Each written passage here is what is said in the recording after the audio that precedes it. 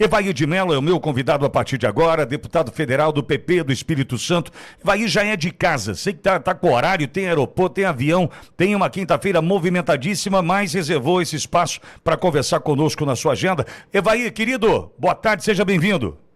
Boa tarde, prazer falar com vocês novamente e ressaltar a credibilidade que vocês têm tido em todo o Brasil, por dar a oportunidade das pessoas se manifestarem livremente, trazendo opiniões e informações, muitas vezes até furo de algumas reportagens, em função de nós estarmos aqui em Brasília.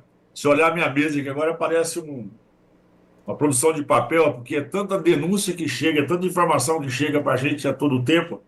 A imprensa está toda demandando, mas a minha prioridade é sempre para a Auro Verde, tendo em vista a credibilidade e o pioneirismo de vocês. Obrigado, Evair, pela confiança. Você sabe também o quanto eu acredito e confio no teu trabalho.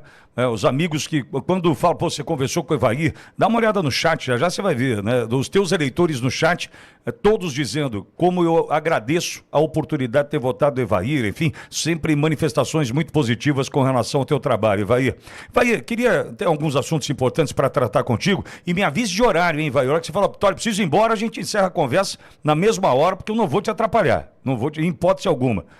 Aliás, sou muito grato por você estar aqui. Queria te ouvir sobre esse caso Ministério da Cultura. O que você está mexendo com relação ao Ministério da Cultura, Evair? Conta aí pra gente. Olha, nós já tínhamos tratado desse assunto de uma forma indireta dias atrás, que é, na verdade, um grande esquema que a esquerda montou para roubar dinheiro público. E, claro, além de roubar dinheiro público, eles usam esse esquema, que não vamos denunciar aqui agora, para poder permanecer no poder. E esse esquema, na verdade, ele é via algumas ONGs.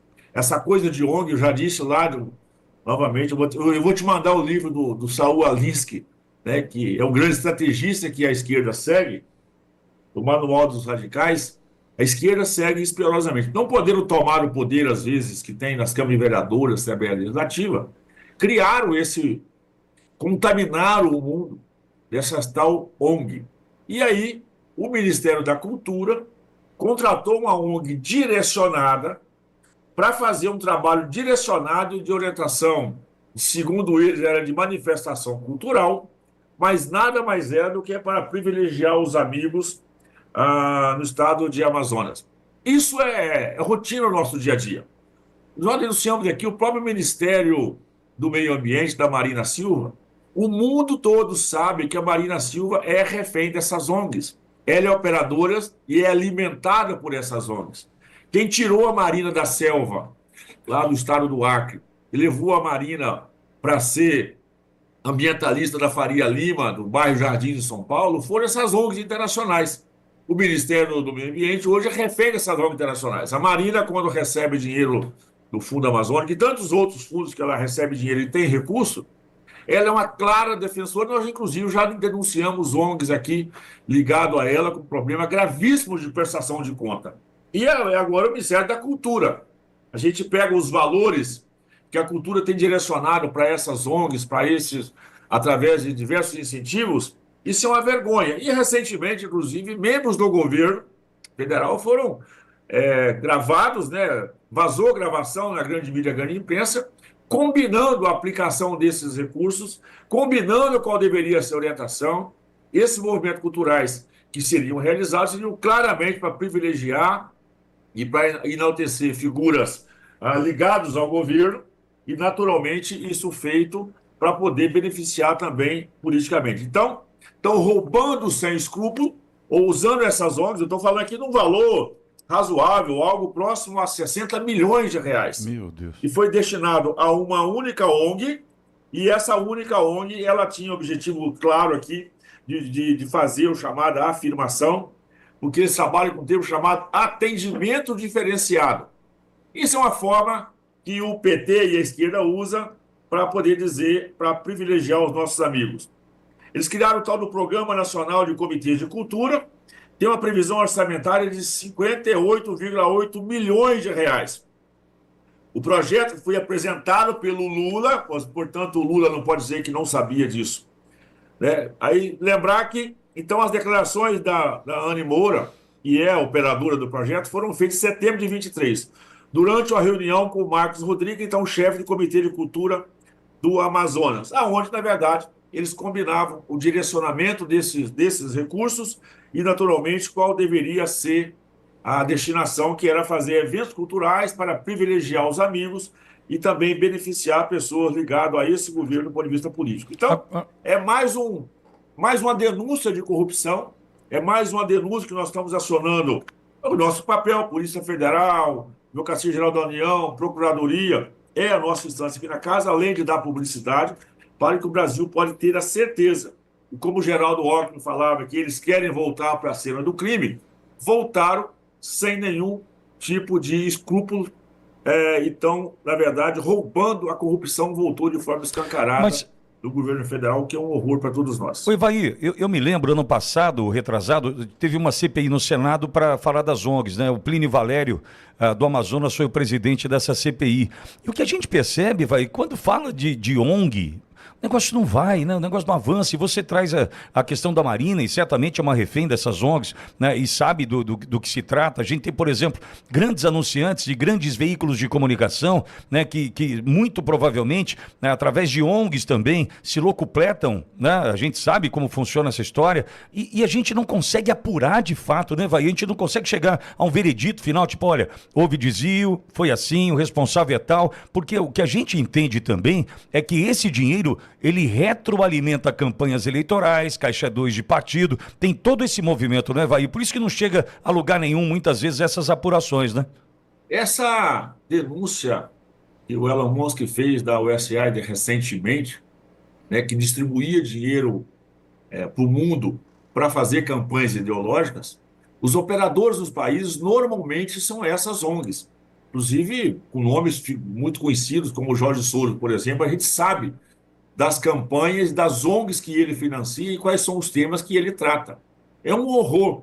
Ou seja, usam esse governo paralelo, e aí a gente sabe que vem dinheiro da Venezuela, vem dinheiro do narcotráfico, ou seja, vem dinheiro internacional para essas ONGs pela boa causa. Se ONG resolvesse o problema, a Amazônia seria o paraíso. É o grande celeiro de ONGs do mundo todo. É um tal de diagnóstico, de análise, de estudo, de levantamento, e estão vivendo disso. Volto a dizer, a Marina Silva é a maior expressão das operações inescrupulosas dessas ONGs no Brasil.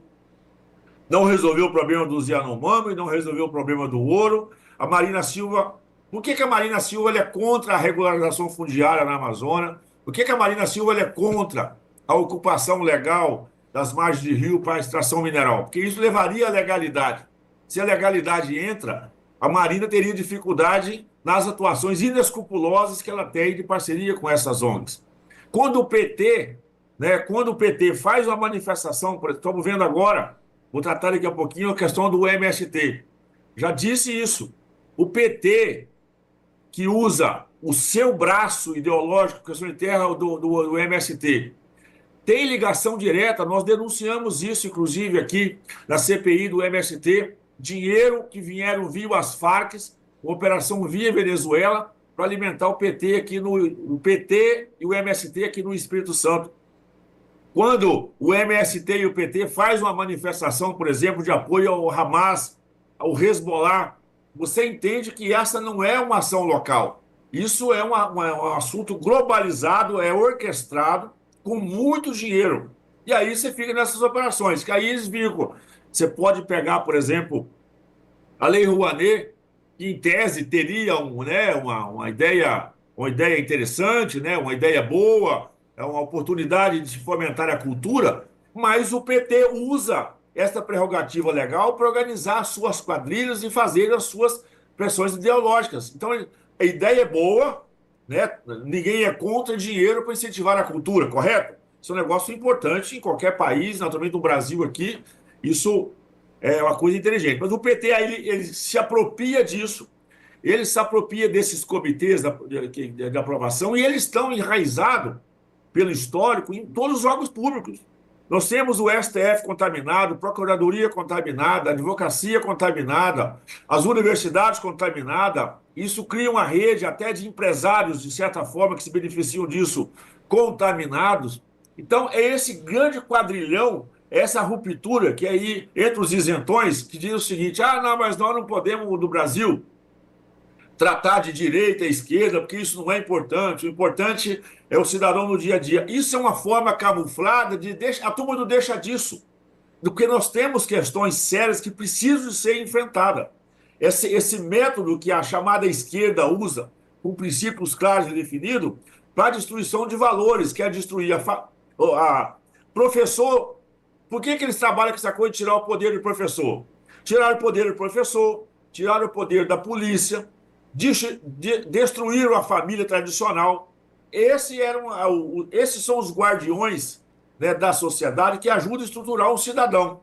Um cidadão que vem de uma família desestruturada. Um professor que não tem mais empoderamento em sala de aula. A polícia que não pode mais tratar o bandido como bandido. Você vai criando uma geração da turma do nem-nem. Mas, na verdade, o nem-nem nem trabalha, nem estuda, só querem benefícios públicos e viver da dependência do governo. Então, Agora, nós temos que fazer esse enfrentamento ideológico, sim. A esquerda é uma desgraça, deu errado no mundo todo, né? Os exemplos estão postos aí, e eles usam, e tem muito dinheiro, tem muita gente que se beneficia disso, alimentando essa grande quadrilha internacional. Infelizmente, aqui no Brasil, as ONGs, que também é uma ideia boa, né? Criar uma organização para que possa cuidar de causas, enfim, no mundo todo, mas o PT, mais uma vez, se apropria dessa autorização legal para fazer o saqueamento dos cofres públicos e fazer as suas militâncias ideológicas. Eles usam, aparentemente, é uma música da boa causa, mas é cheio de má intenção. Evaí, e vamos lembrar o seguinte, você está falando do caso desse Ministério da Cultura, desse envolvimento da saúde, em 60 milhões. Né? Vamos imaginar o seguinte, uma escorregada de recurso ali de 5%, a gente está falando de 3 milhões de reais. Num de praxe, que é 20% dessa escorregada aí, para o bolso da companheirada, a gente está falando em 12 milhões de reais. Ou seja, é muito dinheiro. É por isso que o governo já entregou os fundos de pensão, Banco do Brasil, Petrobras, Correios, os rombos já são bilionários. Todas as estatais que o governo Bolsonaro entregou com resultado positivo, mesmo nós enfrentando restrições durante a pandemia, todas as estatais estão com rombo bilionário. O governo quebrou, todo mundo sabe disso, né? O Lula está enclausurado, vivendo dentro de uma bolha, falando absurdos e aberrações, chegando a um ponto, inclusive, de dizer que só nomeou ministro porque ela é bonita, né? Isso é uma forma... Você vê o ridículo que esse Lula chega, porque, na verdade, meu amigo, a decadência de um governo, nós estamos vivendo isso aqui agora. Eu olho pela casa aqui nos corredores, tenho relacionamento com praticamente 100% dos parlamentares. Você quer saber, você quer medir um termômetro? Porque não há parlamentar no Brasil que, ao seu governo, não gostaria de ser ministro, né? Então, se eu tivesse tido oportunidade no governo no qual eu estava nele, os deputados da base hoje, todo deputado, se tiver a oportunidade de ser ministro, é um cargo de relevância muito grande. O governo não consegue hoje encontrar deputados e senadores aliados que, às vezes, do seu próprio partido, que estão aceitando o convite de ser ministro. O nome dele é citado na imprensa e deputados da base imediatamente refutam: não, eu fui eleito para ser deputado, aqui eu quero continuar sendo deputado. Isso é uma demonstração clara da decadência do governo. Nem os seus aliados. Eu sempre digo que o ministro Haddad, do Ministério da Fazenda, ele é um mordomo que só sentou na cadeira porque o convidado principal não veio. E aí ele aceitou o convite e está lá fazendo um papel, desculpa, de fantoche. Né? O Haddad, eu sempre digo que é um pingo, porque um pingo e nada é a mesma coisa. A entrega prática dele é nenhuma. Essa corrupção do Ministério da Cultura foi escancarada ontem no Ministério da Saúde novamente. A Anísia, que tinha lá, a Anísia é denunciada e investigada um problema de prestações de conta lá na Fiocruz, onde ela presidia, foi uma ministra operante, ou seja, só aumentou o caos da saúde brasileira. Mas aí o que o governo faz?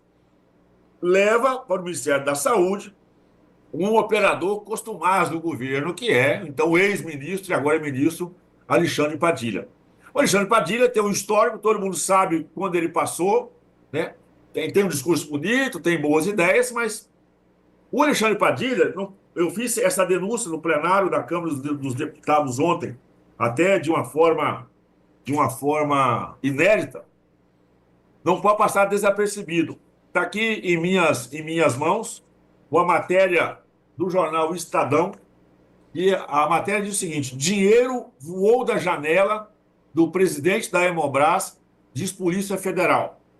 O dinheiro vivo que choveu em Recife durante a Operação Pulso da Polícia Federal saiu da janela do apartamento do presidente da Hemobras, o economista Rômulo Maciel Filho. Isso, Polícia Federal. O outro alvo da operação é o diretor de Produtos Estratégicos e Inovação da Hemobras, ex-ministro interino da Saúde e criador do programa Mais Médico do governo Dilma Rousseff, o médico Mozart Salles. Esse senhor Mozart Salles está sendo investigado por ser um dos responsáveis envolvidos naquele pessoal lá em Recife que jogou dinheiro pela janela numa operação da Polícia Federal. Mas, para surpresa zero e para escândalo geral da nação, ontem, esse senhor Mozart Salles, que está sendo investigado por ter jogado dinheiro pela janela, ele foi empossado no cargo de secretário de Atenção Especializada à Saúde de quem? Do Ministério da Saúde, com o Sr. Padilha. Eu disse em plenário e vou repetir: estão reorganizando e reagrupando as quadrilhas que têm expertise de saquear o recurso público. Isso não pode passar desapercebido, isso é público. Portanto, é lamentável, né, que nós temos que usar o nosso tempo, né, ao invés de produzir geração de emprego, renda, tecnologia e inovação, para ficar investigando esse grande quadrilhão que está se formando novamente nesse governo do PT, o que é surpresa zero. Já tinham avisado que iriam voltar para a cena do crime e voltaram sem pudor nenhum. E para piorar disso, nessa mesma sequência, ele recuou depois da nossa denúncia, o senhor Padilha, que era o ministro das Relações Institucionais do governo Lula, que foi agora alocado no Ministério da Saúde.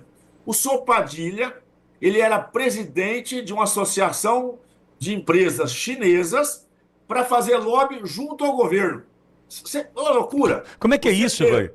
Ele estava no governo e presidia essa associação, é isso? Ministro Padilha, né, ele é presidente de honra, presidente de honra de gigantes chinesas e brasileiras que possuem interesses comerciais ao governo Lula.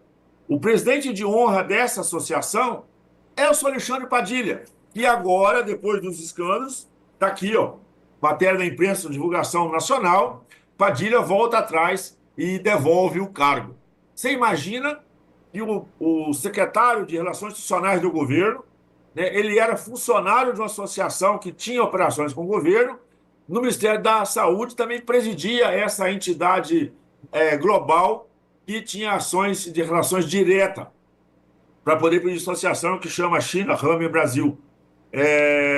Isso é mais um escândalo da forma inescrupulosa. Perderam o escrúpulo, perderam a vergonha na cara, né, e realmente fizeram aí, estão reorganizando. E o Lula, completamente na bolha, isolado, né, mal pautado, porque a fala dele mostra, eu sempre digo que o Lula ainda está na cabeça dos anos 80, quando ele era um terrorista, né, aqui no Brasil, foi tratado por herói por muita gente, mas o meu pessoal que venera o Lula é a mesma turma que bate palma por Che Guevara, por Fidel Castro, por Maduro.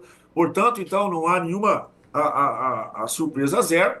E esse mesmo grupo, eu já disse semana passada aqui, estão realizando lá na Universidade Federal do Espírito Santo um evento de solidariedade a Cuba, financiado com recurso público. Então, isso é grave, isso às vezes não tem um impacto de imediato, mas você vê que estrategicamente eles vão enraizando, vão empoderando, vão distribuindo dinheiro e vão infiltrando, que por trás disso está realmente essa concepção marxista que eles têm na cabeça. Eles têm plano, eles têm estratégia, e agora, não só nacionalmente, porque tem um governo, também internacionalmente tem muito dinheiro por trás disso. É isso que nós temos que ter coragem de denunciar, de combater. E volto a dizer, tem joio e tem trigo, mas infelizmente grande parte das nossas instituições também já estão tomadas por essas correntes ideológicas, como eu disse a Marina Silva, um verdadeiro adestramento.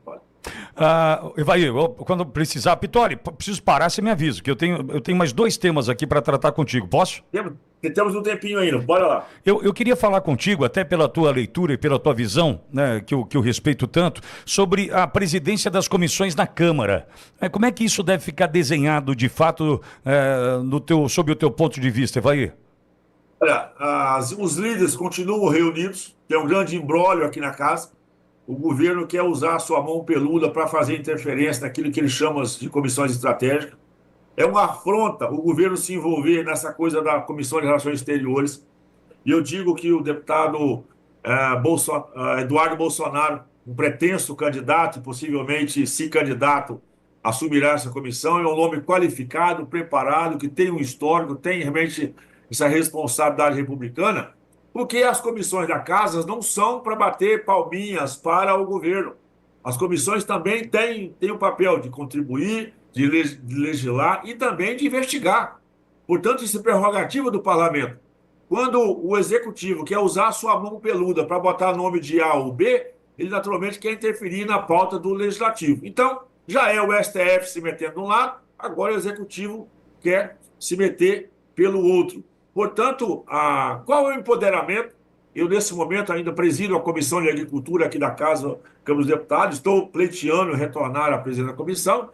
Ao presidente cabe cumprir o regimento e definir a pauta. Portanto, os líderes estão reunidos, tem uma pressão muito forte do governo para que, por exemplo, a oposição possa ocupar as comissões menos relevantes ou mais estratégicas nesse momento. Agora, nós vamos usar o regimento, os partidos, o PL, que é o partido do Eduardo Bolsonaro, coordena essa mobilização, toda a oposição ela está liderada, porque para nós é inegociável. Eduardo Bolsonaro assuma a Comissão de Relações Exteriores, ele tem relações internacionais, é qualificadíssimo para o cargo, tem grandeza e já é também um deputado já de couro grosso, já não cozinha mais na primeira fervura, tem expertise e experiência para fazer a boa, justa e correta e necessária e legal condução dessa comissão e de outras comissões importantes, no nosso caso, como a agricultura. Nós temos a agenda aí do Plano Safra para poder fazer discussão, o enfrentamento às questões do MST, a Comissão de Saúde, que ela é importante para que possamos fazer o enfrentamento a esse quadrilhão que está sendo montado no Ministério da Saúde. Comissão de Fiscalização e Controle, que é aquela que tem prerrogativa de fazer investigação e convocação de todos aqueles do governo para vir aqui prestar conta. Comissão de Trabalho, nós temos que avançar com a reformulação trabalhista. Comissão de Finanças e Tributação, para que possamos fazer o enquadramento, puxar a rédea, o cabresto desse governo quanto à questão fiscal e o gasto descontrolado. Portanto, todas as comissões cumprem um papel estratégico e realmente o Brasil precisa de entrar nessa causa, até para mobilizar. Ela é meio imperativo dos nossos líderes, mas eu espero que eles tenham bom senso e equilíbrio e compreender que nós estamos acima desse problema, vamos trabalhar para o Brasil. E oposição também é posto, contraditório também é posto. Quem defende a democracia tem que reconhecer a importância e o papel que tem o contraditório. Se o contraditório não tiver espaço, é ditadura. Por exemplo, hoje o que faz o STF. Não aceita o contraditório, não segue o trâmite legal, as coisas são feitas a bangu, no ditado popular, portanto, é um STF ditatorial. Quem fala em democracia, a democracia ela remete ao debate, ao outro lado, por isso a oposição tem que cumprir um papel importante. Nós temos tido vitórias realmente muito grandes aqui na casa, numericamente nós somos uma minoria, mas é uma minoria dedicada e comprometida, e todos nós estaremos com certeza também no próximo domingo lá em Copacabana, no dia 16, para essa grande manifestação importante em nome da nossa liberdade, dessa anistia dessas pessoas que estão sendo torturadas e estão sendo punidas de forma injusta e ilegal por decisões arbitrárias e ditatoriais do STF. Você vai estar lá, Evair? Vai estar no Rio? Com certeza, estarei no Rio lá, levando a honra dos capixabas que levantam cedo, trabalham e produzem, que valorizam os valores, e levando a mensagem do nosso Espírito Santo também, em prol da liberdade e em prol dessa anistia tão necessária, importante para nós, de pessoas que estão condenadas injustamente. Porque, na verdade, nós queremos punição para aqueles que trouxeram danos ao patrimônio público comprovadamente, para que possam ser punidos dentro daquilo que é a legislação. Não essas punições absurdas. Mas nós queremos aquelas pessoas lá em 2017, do MST, do PT, do PSB, do PSOL, que botaram fogo no Ministério da Agricultura, botaram fogo no Ministério da Fazenda, que depredaram o patrimônio aqui dentro do Congresso Nacional. Portanto, é o ditado popular, Vitória. Pau que dá em Chico tem que dar em Francisco. Senão, não é justiça. O que nós queremos é justiça. Queremos um devido processo legal. Os nossos advogados precisam ter as suas prerrogativas respeitadas, porque hoje nem acesso à documentação.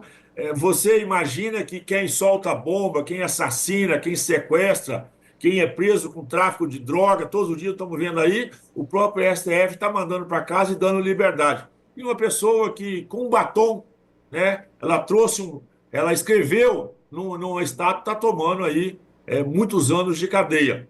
Isso não é justiça, desculpa, não, é indefensável uma decisão como essa. Esse é absurdo. E os brasileiros que estão nos ouvindo, nós precisamos nos manifestar.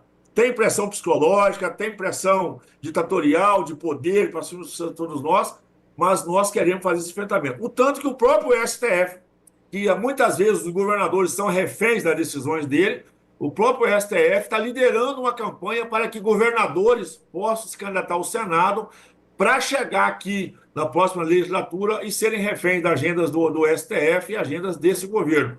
Então, é uma convocação, nós estamos aí num período de quaresma para nós cristãos, é um tempo de reflexão, é um tempo de debate, é um tempo de oração, é um tempo de fé, pedir muita oração para todos nós, muita renúncia para todos nós. Eu espero que com o sábado da Aleluia, que está em breve, possamos todos nós ressuscitarmos a verdadeira democracia e o amor ao verde e amarelo. Ao ponto que chegaram ontem a dizer na tribuna que negócio de patriotismo e patriota, isso é bobagem. Né? Olha essa esquerda desgraçada, maldita, a ideologia que quer vender para todos nós. Um povo que não tem compromisso e ama o seu território, com certeza é um povo condenado. E nós vamos restabelecer o patriotismo no Brasil com toda certeza para defender o nosso território, as nossas cores verde e amarelo e os nossos princípios e valores que nos trouxeram até aqui. Esse é Evair de Mello, deputado federal do PP do Espírito Santo. Evair, domingo eu te dou um abraço lá no Rio. E estaremos lá com toda certeza, com a minha camisa verde e amarela, com bastante café, para ter bastante energia, para trazer o verdadeiro grito de liberdade para os brasileiros. Estaremos lá. Boa viagem, Evair. Obrigado, querido. Obrigado. Eu sempre digo, vai ver no Brasil!